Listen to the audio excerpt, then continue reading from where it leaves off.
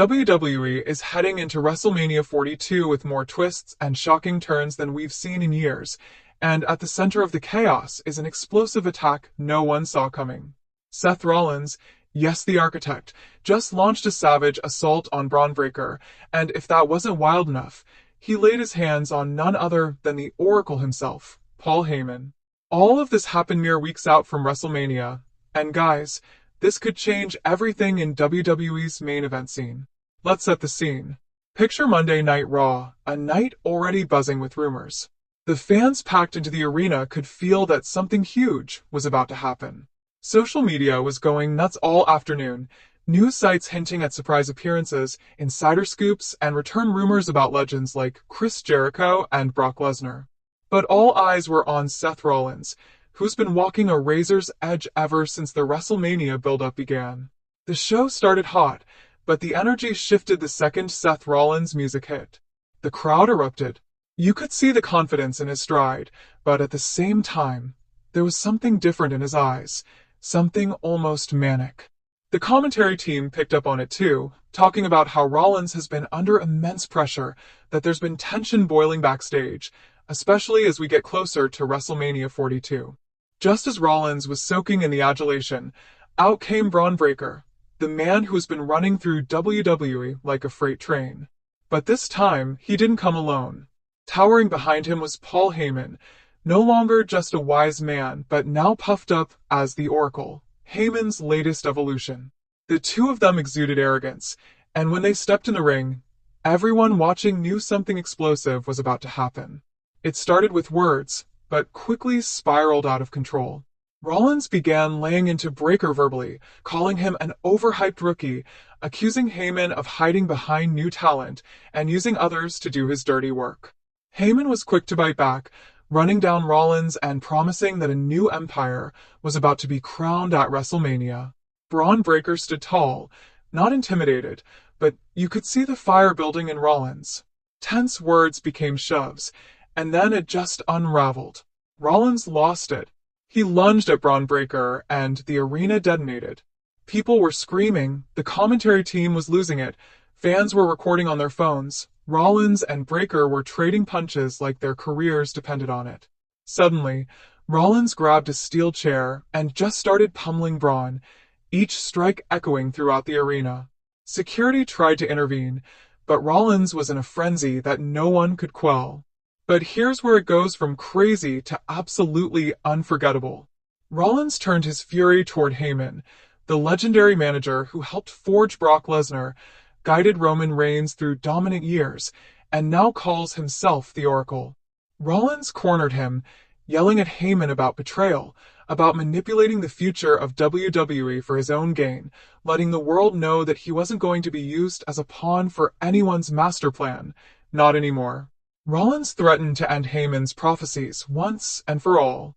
By the time security finally restrained Rollins, Braun Breaker was battered, Paul Heyman was clearly shaken, and the entire WWE universe was left in absolute disbelief. But that wasn't the end. Rumors immediately began trickling out of the backstage area. Multiple sources started reporting that Roman Reigns, the head of the table, the tribal chief, arrived at the building about 10 minutes after Rollins' attack. Some say he was watching the carnage on a monitor. Others claim there may have been a private meeting between Roman and Seth, signaling something bigger on the horizon. Inside the arena, the fans took over, chanting for Roman, chanting for the Shield, and practically begging for a sign that the old alliance might return. Could this be the moment that Rollins and Roman join forces once again? Or was this night all about Rollins taking destiny into his own hands, with or without the tribal chief's help? Meanwhile, the rumor mill is in overdrive. Some insiders are saying that this could be the start of a faction war the likes of which we haven't seen since the peak days of the Shield and the Wyatt family. Imagine Roman Reigns returning, not as an adversary, but as an ally to Seth Rollins, the two of them standing united, perhaps joined by CM Punk, to face down the new generation, Braun Breaker, Bronson Reed, and Austin Theory. You want dream matches? This is the stuff fans have been begging for on Twitter, on Reddit, every single week. Now let's talk WrestleMania 42, because this attack has thrown everything we thought we knew right into the shredder. Insiders say the creative team is pitching multiple scenarios.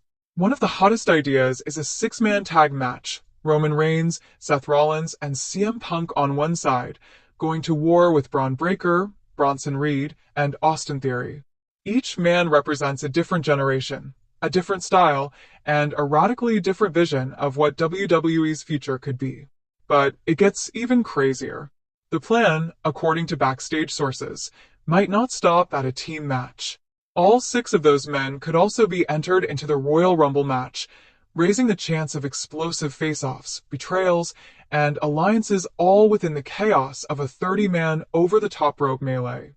Picture the possibilities: Rollins and Roman working together, only for the tension between them to blow up at the worst possible moment. Or maybe someone like Chris Jericho or Brock Lesnar enters to tip the scales and send the fans into a frenzy. Let's not forget the forgotten factor: Paul Heyman.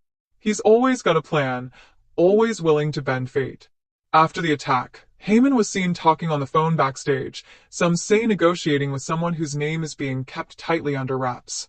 Could it be part of an even grander scheme? Is the bloodline about to split?